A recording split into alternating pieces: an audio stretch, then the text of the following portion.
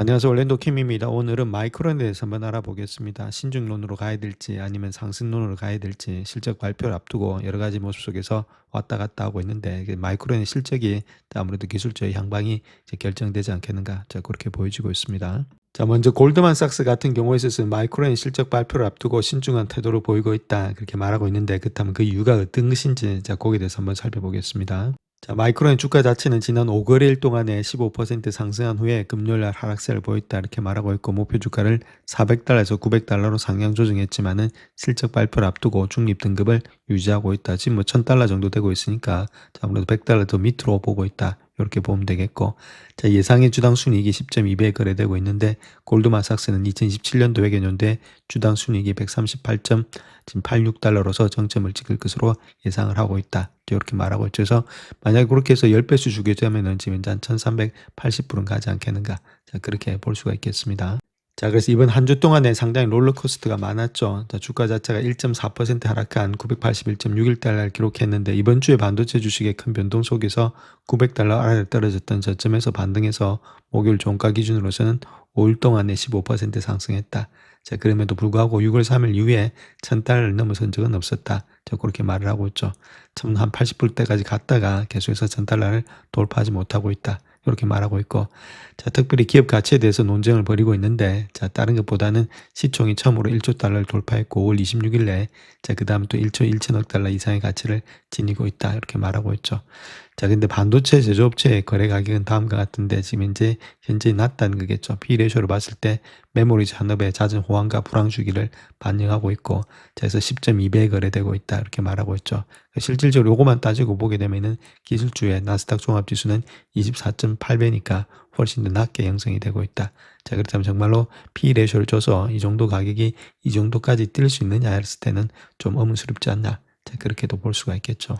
자, 그렇게 목표 주가로 900달러 준 사람은 골드만삭스 애널리스트 제임스 슈나이더다 이렇게 말하고 있는데, 슈나이더가 입장에서 이야기하고 있는 내용은 주가 급등, 장기 고객 계약의 잠재적 영향 이런 것들에 대해서 낙관론을 고려해 볼 때 투자자들의 포지션 여전히 매우 긍정적이다. 자, 그렇게 이야기를 하고 있는데, 자, 목표 주가를 산정했던 걸 본다면은 지금 이제 주당 순이익이 있죠. 추정치가 50달러, 그 다음에 18배에 해서 지금 P/R를 기준으로 산정이 됐다. 자, 그렇게 이야기를 하고 있죠. 그래서 50달러 정도 일단 지금 받고 있고, 50달러 받는 데다가 지금 모습에서 한 18배 정도 줬다. 자, 그렇게 하니까 900달러 나왔다. 자, 그 이야기를 하고 있죠. 그래서 현재 인공지능의 하드웨어용의 고대역폭 메모리 HBM 수요 급증에 힘입어서 성장하고 있는 마이크론의 순이익이 2027년도 되면은 138.86달러로 정점을 찍을 거다. 그렇게 말하고 있죠. 뭐 그때는 10배수 주면 1380불이고 10배수가 안 돼 가더라도 적어도 1000불은 넘어가지 않겠나. 자, 그렇게 보여줄 수 있겠죠. 그래서 주가 논쟁은 주로 장기 고객 계약과 D램의 가격 강세의 지속 가능성, 그런 데 초점이 맞춰진다. 그렇게 말을 하고 있고, HBM의 개발 현황, 그다음 시장 점유율의 목표에 대한 향후 언급이 주목받는다. 그렇게 말하고 있죠.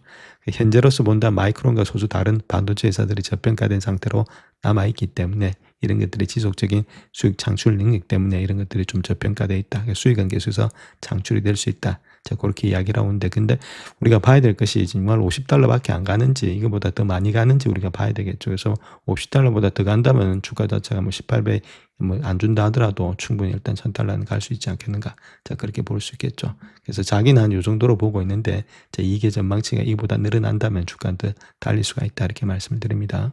자, 그렇다면 이번 분기에 실적이 어떻게 나올지, 자, 그 예상 실적에 대해서 한번 보겠습니다. 지금 이제 19.96달러 정도가 될 것으로 예측이 되고 있죠. 2026년도 3분기 때는 저번에가 12.20달러가 되겠다. 레포트 된 값이. 그래서 항상 비트를 해왔다는 겁니다. 이런 식으로. 지금 이제 이게 레포트 에스티메이트 된 값보다, 추정치보다 레포트 된 값이 항상 좋았다는 거겠죠. 다 비트를 해왔는데, 이번에도 19.96인데, 여기 일단은 지금 이제 나타날 자료는 훨씬 더 많아지지 않겠는가. 자, 그걸 또 비트하면서 앞으로도 계속해서 늘어난다면 주가는 달릴 수가 있겠죠. 그래서 앞으로도 본다더라도 24배수, 24달러, 그 다음 26, 27달러에서 계속해서 분기마다의 이익의 성장이 나타나고 있죠. 자, 그렇다면 분기마다 이익의 성장이 나타나고 있다는 말은 아무래도 주가가 그렇게 꺾이진 않는다. 자, 그렇게 우리가 보실 수가 있겠고. 자, 마찬가지로 일단 매출도 한번 봐야 되겠죠. 매출도 2026년도 2분기 때 매출 자체가 23.86빌리언이었다. 이렇게 보시면 되겠죠. 자, 요거 있는데 지금은 34.72빌리언 더 많이 늘어나죠. 자, 매출도 많이 증가되고 있고 앞으로의 가이던스 정말에서 4분기, 1분기, 2분기 때도 41, 45, 47빌리언에서 계속해서 매출과 이익이 증가되고 있다. 이렇게 보시면 되겠고. 자, 매출 역시도 거의 다가 일단 비트를 해왔습니다. 그러니까 이런 것들이 비트가 된다면은 비트가 되고 그다음에 가이던스가 이렇게 좋아진다면은 주가가 그렇게 내려갈 리는 없다. 자, 그렇게 우리가 보시면 되겠습니다.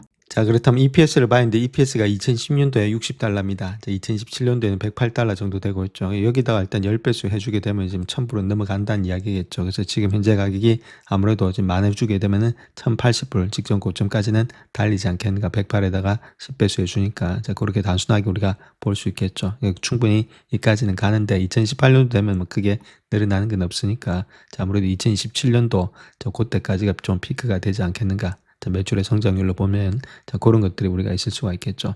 자, 그런 가운데 있기 때문에 아무래도 지금 이제 현재서부터 시작해서 요번 말까지 좀 달리지 않겠는가 그렇게 보여주고 있고, 자, 그렇다 하더라도 뭐 크게 올라간다기보다는 올라가는 데 있어서 약간의 기간 조정과 시간 조정이 거치지 않겠는가 그렇게 볼 수가 있겠습니다. 자, 그래서 선수들 입장을 한번 보겠습니다. 6월 달에 있죠. 6월 달에 처음 6월 1일부터 들어와서 지금 선수들이 어떻게 주고 있느냐. 자, 거의 다가 바이다 이렇게 보시면 되고, 아까 말씀드렸던 골드만삭스에 지금 이제 제임스 슈나이더만 콜드를 주고 있다 이렇게 보시면 되겠죠. 일단 별이 거의 다가 5개짜리다 이렇게 보시면 됩니다. 가장 잘하는 사람들이고, 뭐 번스타인, 웰스파고 이렇게 되고 있고, 그래서 그 가격대를 보게 되면 가장 낮게 주는 사람 510불대 번스타인이고, 자, 그 다음 또 두 번째로 주는 사람이 900불, 나머지는 거의 다가 1200불, 1500불, 1200불, 그 다음 1600불이 가장 많이 주고 있다 이렇게 보시면 되겠죠. 그래서 거의 다가 뭐 1000불은 다 넘어가는 그런 수준에 와 있다. 그러니까 1000불이 넘어간다는 말은 지금 가격대하고 거의 비슷하다는 이야기 되겠죠. 그러니까 올라가는 데 있어가지고 올해 올라갈 폭이 그렇게 많지가 않다. 자, 그렇게도 우리가 볼 수 있겠고, 뭐 가장 많이 주는 사람 입장에서 본다면 1650불까지 볼 수 있다 이렇게 보면 되겠죠. 자, 그 사람 일단 가장 많이 주는 그 사람이 되겠고, 나머지는 UBS만 그렇게 주고 있고, 자, 뭐 1200불을 뭐 그다음 1500불이니까 아무래도 지금 올라가는 폭이 그렇게 많지 않다 이렇게 보는 사람들도 적지 않다 이렇게 보시면 되겠습니다. 자, 그렇다면 선수들 입장에서 한번 보겠습니다. 특별히 잘하는 사람들 있죠. 이렇게 탑 애널리스트가 별이 4개, 5개짜리 입장에서 본다면 스트롱 바이를 주고 있는데, 자, 30명이 레이팅을 주고 있고 27명이 바이, 그다음에 3명이 홀드고, 자, 셀은 없습니다. 그런 가운데 있는데 950불 정도가 아무래도 12개월 목표 주가에 타겟이 되고 있다. 자, 그렇게 말하고 있죠. 그럼 지금 현재 가격이 아무래도 다 올라온 거 아니냐. 자, 그렇게 볼 수가 있겠죠. 그런 가운데 있고 가장 높게 주는 것은 1750불, 낮게 주는 것은 500불 정도로 보고 있다 이렇게 말하고 있고, 그래서 950불 정도가 현재 가격에서 적정한 에버리지 가격이 되지 않겠는가. 올라갈 폭이 그렇게 많지 않은 거 아니냐 이렇게 볼 수 있겠죠. 뭐 강세론자로 본다면은 많을 수 있겠지만은 지금 평균적으로 봤을 때는 이 지금 가격이 그 가격이다. 자, 그런 식으로 이야기를 하고 있죠. 자, 그렇다면 마이크론 테크놀로지에 대해서 조금 더 강세론자 입장에서 한번 보겠습니다. AI 주도 수요로 인해서 메모리가 원자재에서 전략적 인프라 자산으로 바꿔졌다는 것들, 이것이 투자 매력이 되고 있고, 그 다음에 HBM, 서버의 D램이란지 SSD 이런 데서 고루 노출돼 있다. 그래서 AI 인프라의 대역폭이란지 용량, 스토리지 병목을 해결하는 그런 핵심 위치에 있는 것이 마이크론이다. 없으면 안 된다 그 이야기가 됐죠. 자, 그 다음 또 하이퍼스케일러와의 장기 계약 이런 것들 통해서 마이크론의 실적의 변동성을 구조적으로 낮추고 있다.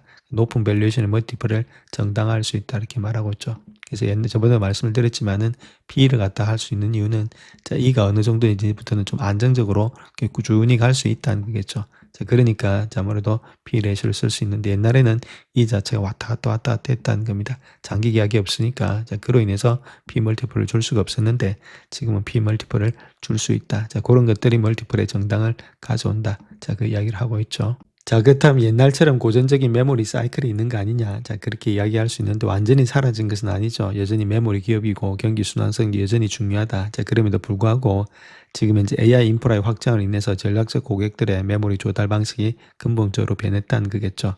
그래서 이런 것들을 시장이 충분히 반응하지 못하고 있다. 이렇게 말하고 있는데, 자, 경기적인 그런 분기 수혜를 누리는 것이 아니고, 저 고객의 형태가 바뀌었다는 것들. 그래서 현물 가격의 부품에서 전략적이고 계약 기반 아키텍처의 연동으로서 공급 요소로서 이동하고 있다. 옛날하고 좀 시장 자체가 바뀌고 있는데, 그걸 빨리 알아차리면은 강세론자로 갈 수 있는데, 그걸 알아차리지 못하면은 염세주의자가 된다. 그 이야기를 하고 있죠.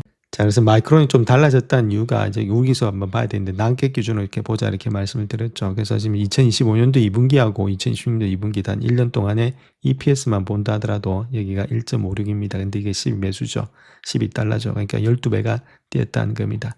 즉 말해서 지금 영업이익 자체가 조정된 이익이 12배가 뛰었다. 이렇게 보시면 되고 매출도 8천에서 지금 23,000에서 4배 정도 뛰었죠. 모두 다 뭐 그로스 마진도 마찬가지 3천에서 17,000이니까 뭐 5배, 6배 이렇게 뛰고 있습니다. 그러니까 기본적으로 엄청나게 많이 뛰었다 이렇게 보시면 되겠고 자, 넷인감도 1,700에서 14,000이니까 엄청나죠.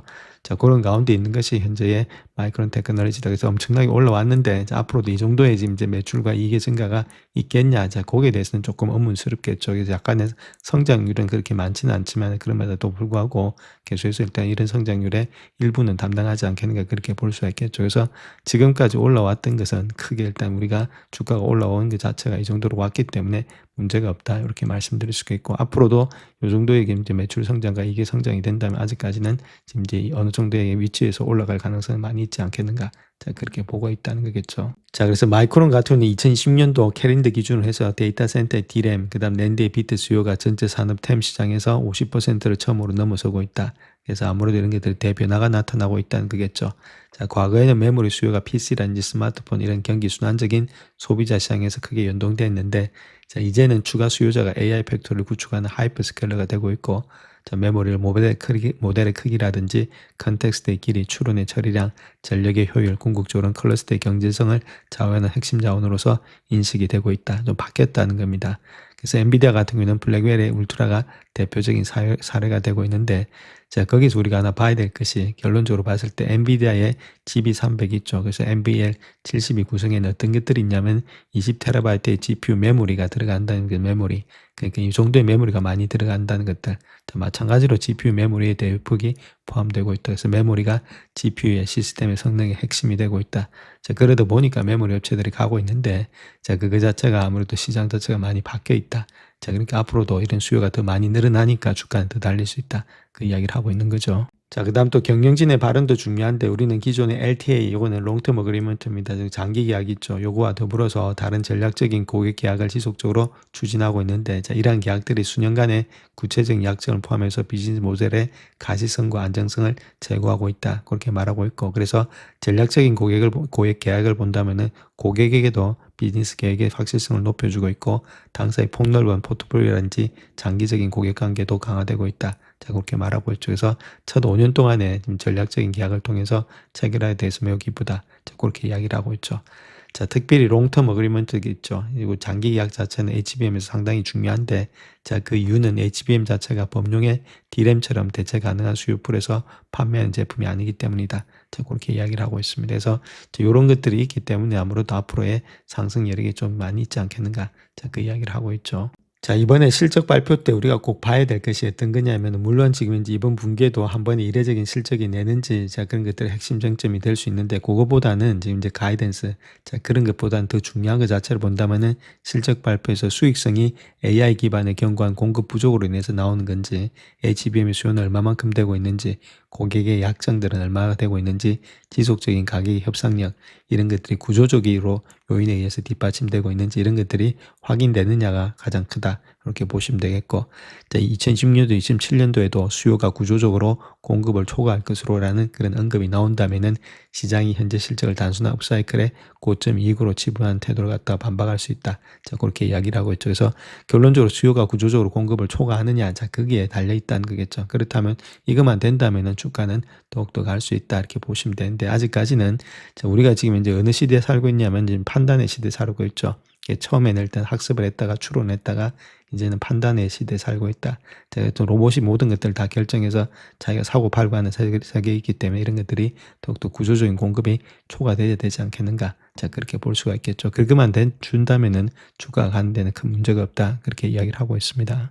자, 그렇다면 주가가 더 오를 수 있는 이유에 대해서 한번 보게 되면 결국은 LTA다, 장기 계약이다 이렇게 이야기를 할 수 있겠죠. 메모리 수요가 구조적으로 높아지고 있다는 것을 보여주는 주요 신호가 장기 계약이라는 겁니다. 그렇기 때문에 밸류에이션의 멀티플 논의도 단순히 고점 이익에는 낮은 멀티플이라는 공식으로 설명될 수가 없다. 그 이야기를 하고 있고, 자, 경기 사이클에서는 고점 이익이 낮은 멀티플이 맞지만은 계약 기반은 이제 아키텍처 연도 전략적으로 희소한 이익 자체는 별도의 평가가 필요하다. 자, 그렇게 말을 하고 있습니다. 그래서 지금 이제 아무래도 이렇게 매력적인 이유 자체가 과거의 마이크론, 그 다음에 즉 말해서 붐버스트 메모리 생산자에 머물러 있었기 때문에 새로운 마이크론은 여전히 경기 순환적이지만은 그럼에도 불구하고 제약된 공급, 전략적인 그런 것들, 그 다음 제약 기반이라든지 계약 기반이라든지 AI가 연관된 제품의 비중이 높아지고 있기 때문에 옛날하고는 상당히 차이가 많이 크다. 자, 그 이야기를 하고 있죠. 자, 그래서 멀티플을 책정할 때 경기 순환주라고 생각했으면 고점 이익 기준 대비해서 5배면은 퍼가 좀 비싸다 이렇게 볼 수 있겠지만 구조적으로 개선된 기업의 중간 사이클의 이익 기준이 7에서 8배 된다 하더라도 이것이 저렴할 수 있다 그렇게 이야기를 할 수 있겠죠. 그렇기 때문에 충분히 배수를 이제부터는 더 많이 줘야지 옛날처럼 주는 것은 바람직하지 않다 그 이야기를 하고 있습니다. 자, 그렇다면 리스크에 대해서 한번 알아봐야 되겠죠. 리스크 없는 투자는 없으니까. 그래서 마이크론 투자 논리에서 가장 큰 리스크는 공급자 과잉 투자다 그렇게 보면 됩니다. 삼성, SK 하이닉스가 경쟁사가 공격적으로 움직이거나 고객들이 재고를 소화해버리거나 AI 수요가 기대에 대해서 둔화된다면 가격이 급락할 수 있다는 것들. 그래서 두 번째는 고객 저항이다 이렇게 보면 되는데, 자, 하이퍼스케일러들은 현재 공급이 필요해서 높은 가격을 받아들이고 있지만 완전히 가격에 무감각한 것은 아니죠.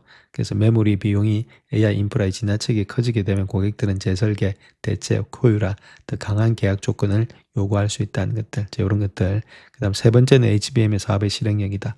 자, 마이크론 지속적으로 인증이라든지 양산 수익의 경쟁력을 확보해야 되는데 HBM 매력은 그만큼의 임장벽이 높다는 데 있지만은 있는 양날의 검이 될 수 있다. 이런 것들이 좀 리스크가 되고 있다. 그렇게 보시면 되겠죠.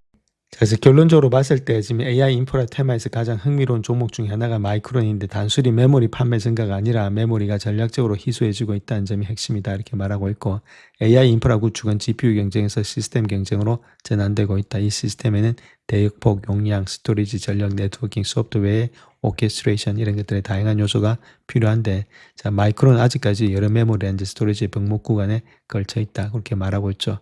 자, 가장 중요한 것은 지금 강화된 장기 계약이 마이크론의 이게 일부의 변동성을 높은 원자재 노출에서 계약 기반의 인프라 경제성에 가까운 것으로 전환시킬 수 있다 이렇게 말하고 있습니다. 그래서 이런 것들을 봐서 주가는 더 많이 상승하지 않겠는가, 자, 그 이야기를 하고 있죠. 그래서 마이크론 테크놀로지 실적 발표일이 언제냐? 자, 그렇게 했을 때는 지금 6월 24일이죠. 6월 24일이니까 그때까지는 아무래도 시장 자체가 조금 일단 관망의 자세라든지, 자, 아무래도 옆으로 긴다든지 약간의 기간 조정이 또 필요한 시간이 되지 않겠는가 그렇게 볼 수 있겠죠. 자, 여러 가지 것들이 많이 나올 수가 있습니다. FOMC도 있고, 재패니스 쪽에, 일본 쪽에서 금리도 있고 그런 것들이 왔다 갔다 하기 때문에 시장 자체 조금은 요동을 많이 칠 것으로 보여지고 있고, 그 다음에 그 실적이 나온 후부터 시작해서는 또 다시금 반등으로 일어나서 주가가 좀 더 달리지 않겠는가, 자, 그렇게 볼 수 있겠죠. 그렇다면 좀 많이 빠질 때 요때가 뭐 직전 저점으로 봤을 때가 한 850불 정도 되고 있었죠. 자, 그런 가운데 있다면 900불 때 밑으로 내려갈 때 그때 조금 잡을 수가 있겠고, 그런 것들 한번 보셔서 주가 자체 너무 올라갈 때 쫓아가서 잡지 마시고 좀 내려왔을 때, 자, 그럴 때 잡아가는 것들이 필요하지 않겠나 그렇게 보여지고 있습니다. 자, 그런 가운데 있다면 레버리지를 쓴다든지 그렇게 하지 마시고 이런 것들은, 자, 아무래도 좀 많이 내려왔을 때가 조금씩 아무래도 분할 매수하셔서 들어가는 그런 전략들 조금 시간을 가지면서 갖고 가야지 여기서 바로 올라간다 내려간다 그렇게 하루하루 동안을 쳐다보면 답이 안 나온다는 거겠죠. 그래서 많이 빠질 때 조금씩 담아가는 전략들이 필요할 때다. 그렇게 보시면 되겠고, 이때까지는 시장이 조금 더 많은 기간 조정이 좀 필요할 것으로 보여지고 있습니다. 영상을 끝까지 시청해 주셔서 감사합니다. 영상이 도움이 되셨다면 구독과 좋아요 부탁드립니다. 감사합니다.